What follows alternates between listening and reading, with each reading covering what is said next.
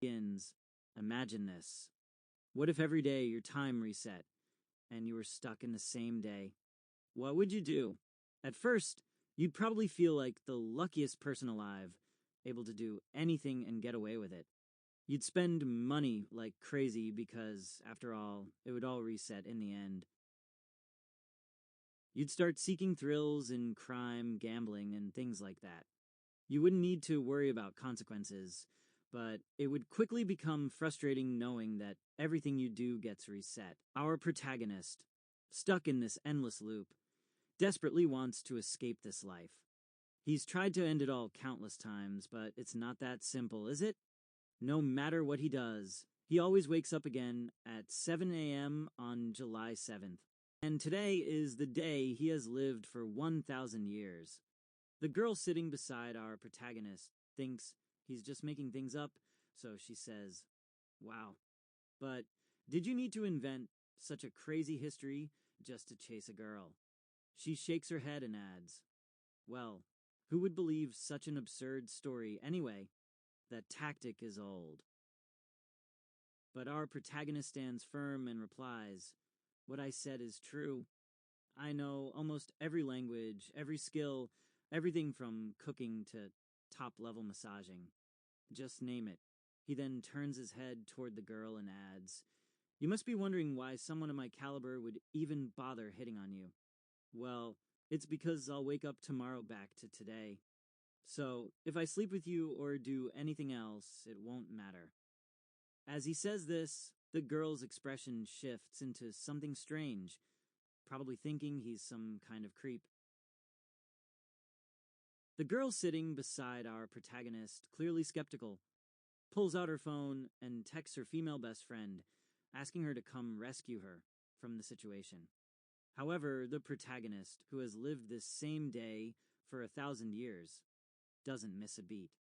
He shakes his head and says, "She won't come." The girl's eyes widen in surprise. "How did you know she won't come?" "Wait, how did you know what message I sent?" she asks, her voice a mix of suspicion and curiosity. Picking up his glass of wine, the protagonist closes his eyes and replies casually, "Well, her ex-boyfriend just came back into her life, so she's not coming anytime soon." The girl frowns, glaring at him. "Stop lying." Unbothered, the protagonist smirks and confidently states, "She'll call you in exactly 9 minutes and 13 seconds. From a rear view, we see the girl's curvy silhouette as she shifts uncomfortably in her seat, clearly doubting him.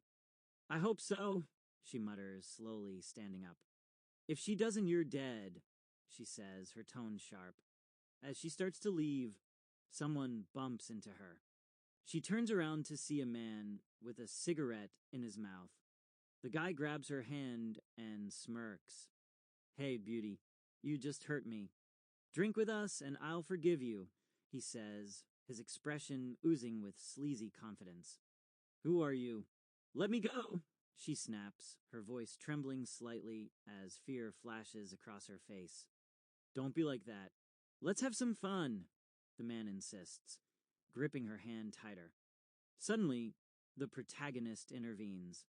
"Hey, you. Come here," he says, his voice calm but commanding.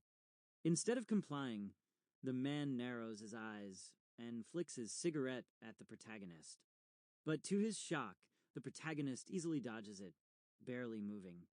Angered, the man lunges at him. But as expected, the outcome of the scuffle is a foregone conclusion. Just as the fight concludes, reinforcements arrive. A group of men, led by someone who looks like their boss. The boss, exuding a false sense of authority, shouts, "How dare you touch my men?" The protagonist, unbothered, looks at him and smirks. "You've grown up. Is this how Zhao taught his younger brother to behave?" he asks, pulling out his phone. The boss's face falls and he stammers, "How? How do you know my brother?" Ignoring the question, the protagonist dials a number. "Zhao, your brother is causing trouble here. If you don't want a war, you'd better keep your men in line," he says. He ends the call with a cold warning. Next time, this won't be resolved over the phone.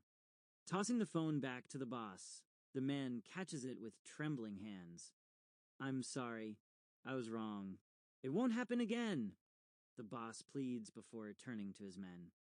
Apologize. All of them bow their heads in unison. The protagonist picks up his phone with a faint smirk. I'm in a good mood today, he says, brushing them off. The girl, who had been watching the entire exchange, stares at him in disbelief. Her phone suddenly rings.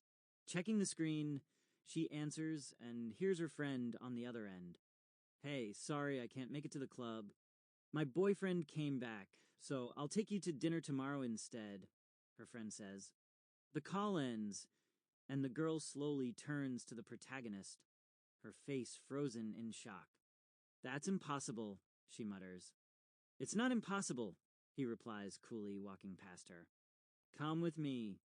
She side-eyes him, still unconvinced.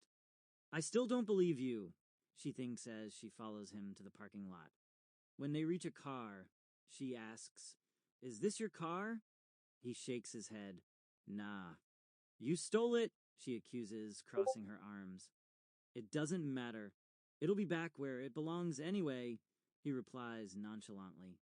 She places her hands on her hips, exasperated. You're not seriously going to leave a drunk, hot woman alone, are you? She teases, leaning into the car window. Sorry, I'm not interested in women who use a ton of makeup, he replies bluntly. Her face flushes with anger, but she quickly suppresses it. Pulling out a handkerchief, she wipes off her makeup and turns back to him.